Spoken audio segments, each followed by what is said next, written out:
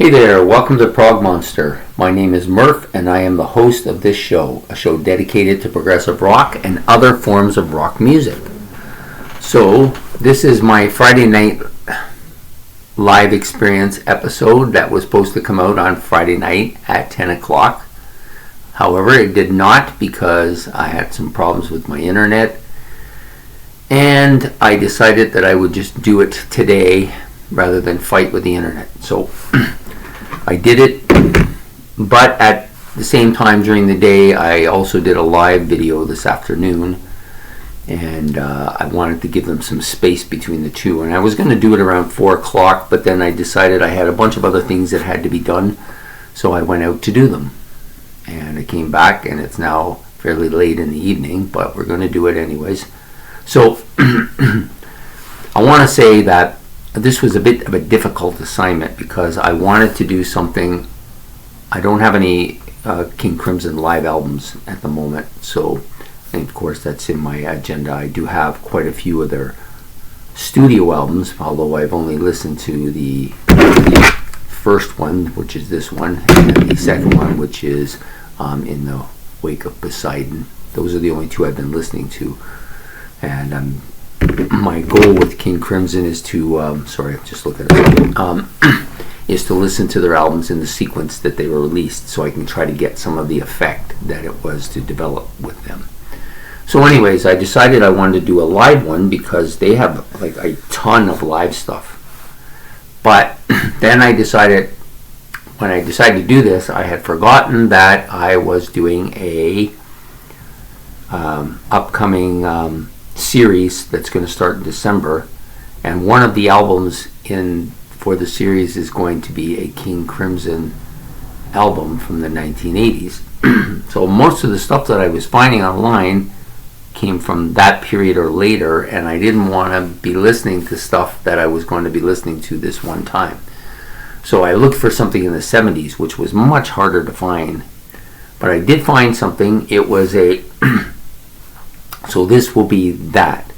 It's going to be King Crimson live from the 1970s on a TV broadcast. So what's happened here is somebody has taken bits and pieces of different concerts that they've seen and pasted together 7 songs spread out over U.S., Germany, and France. Those were the 3 spots that they chose to put.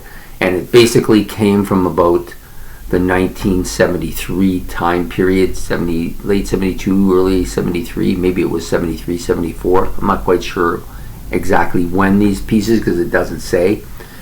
But I was able to piece together the songs and the people performing on the songs, so the members of King Crimson. And it's basically the same group for most of the songs, at least there's 4 French songs, and most of that stuff is the same group. It's the same 4, and then the German stuff is basically the same 4, except for there's one guy added, and the same with the the initial cut, which came in the U.S. There's only the 4 guys on that. So anyways, I'll try to break it into those 3 categories, and just so you know, this was done by Felicia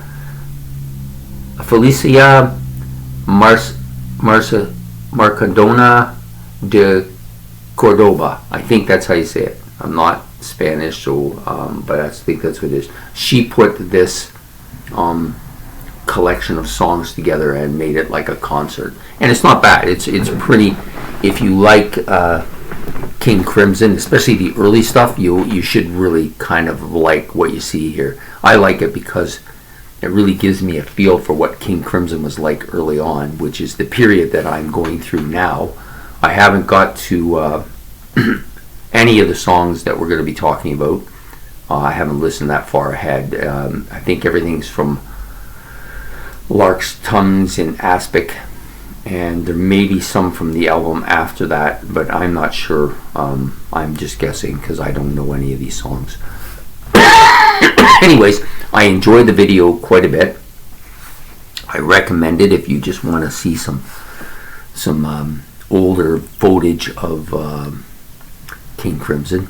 So the first, and we'll get to it I'm just going to get to it. So basically we have the first one is called Easy Money. It was performed in the U.S. and I believe my subsequent research, I discovered that it was done in New York City.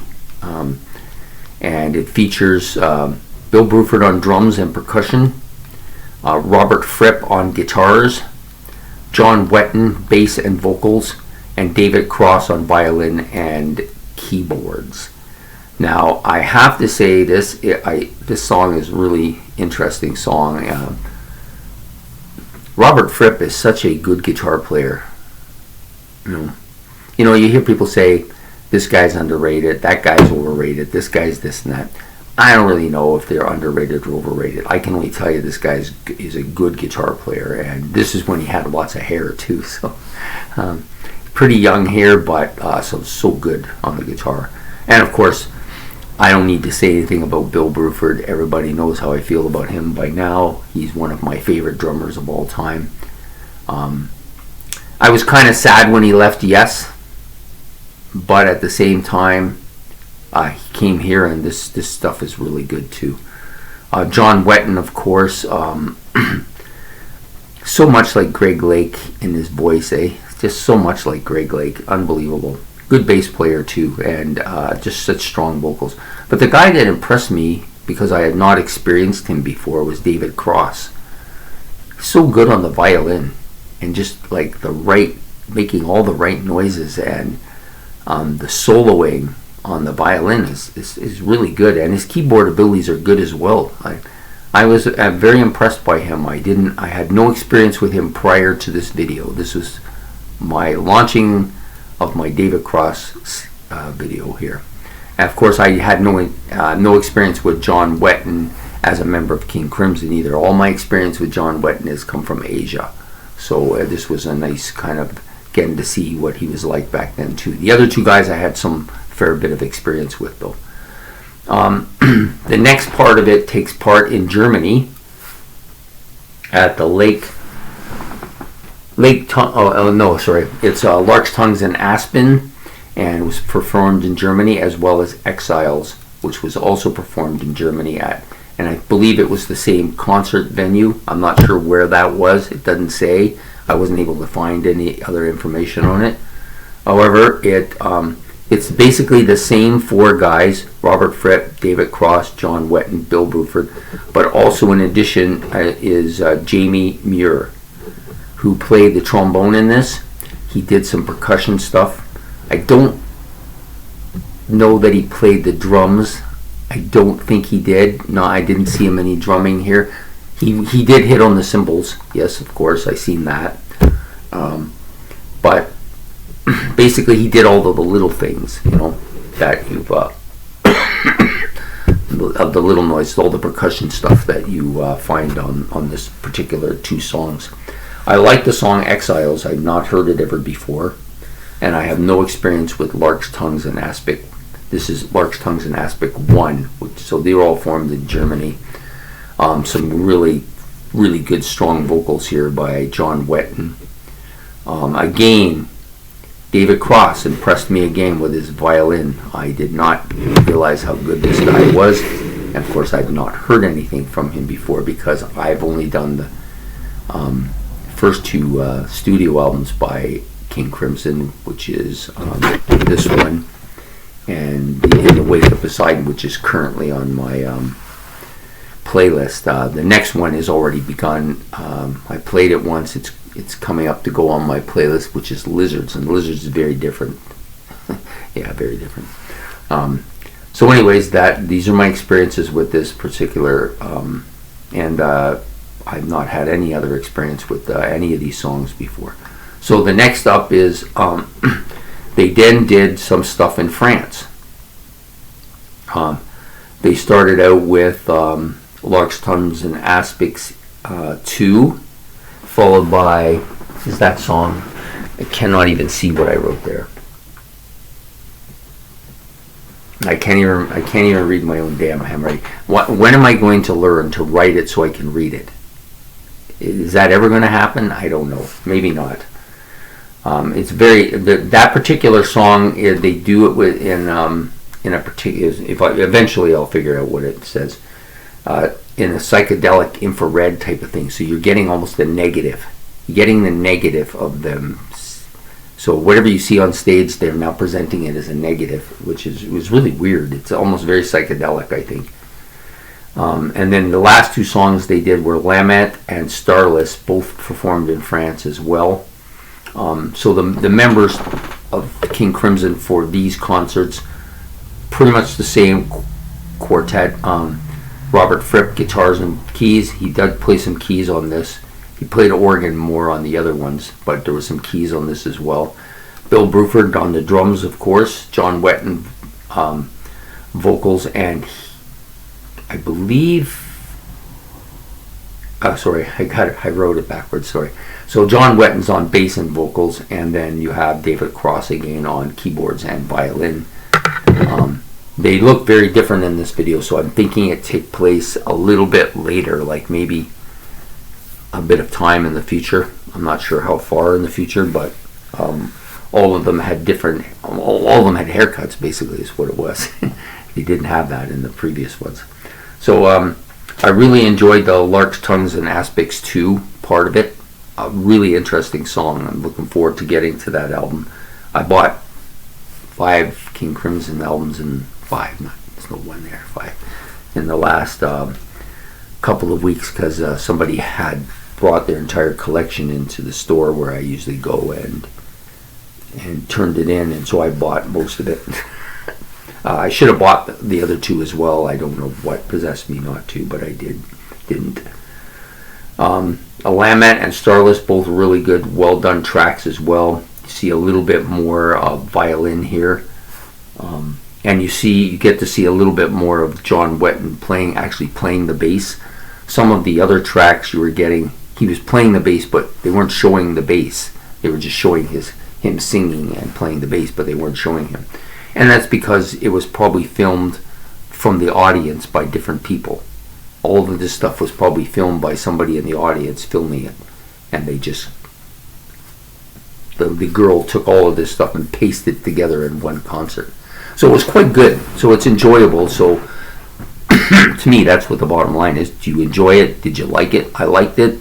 I enjoyed it a lot. It was early on, so I get to see what these musicians are like during the time period that I'm now exploring. I avoided listening to some stuff from the 80s that I'm going to be doing in my series coming up. So I was able to do all this, and it took a while to put all this together, but I think it's turned out pretty good. So I recommend that if you're looking for this online, if you punch in Felicia Marcando de Cadoba, I think that's how it's pronounced, Candoba, you should be able to find this. Or if you put in King Crimson live from the 70's TV broadcast, should come up that way as well. So anyways, this is really solid. 7 songs. It's about, I think it's about 28, somewhere around 28 or 35 minutes, somewhere in there in length, so not too long, but highly enjoyable. Great stuff. And it's, for me, it's an introduction to King Crimson live, although I have seen other stuff live. I've seen quite a bit of their stuff live. They're very different than any other band. Let's just say that right out. Nobody else does things the way they do it, and they make a lot of different noises that I've never heard before. You know, I always thought of Pink Floyd as being a little bit out there and Gentle Giant as being fairly out there, but King Crimson's way out there.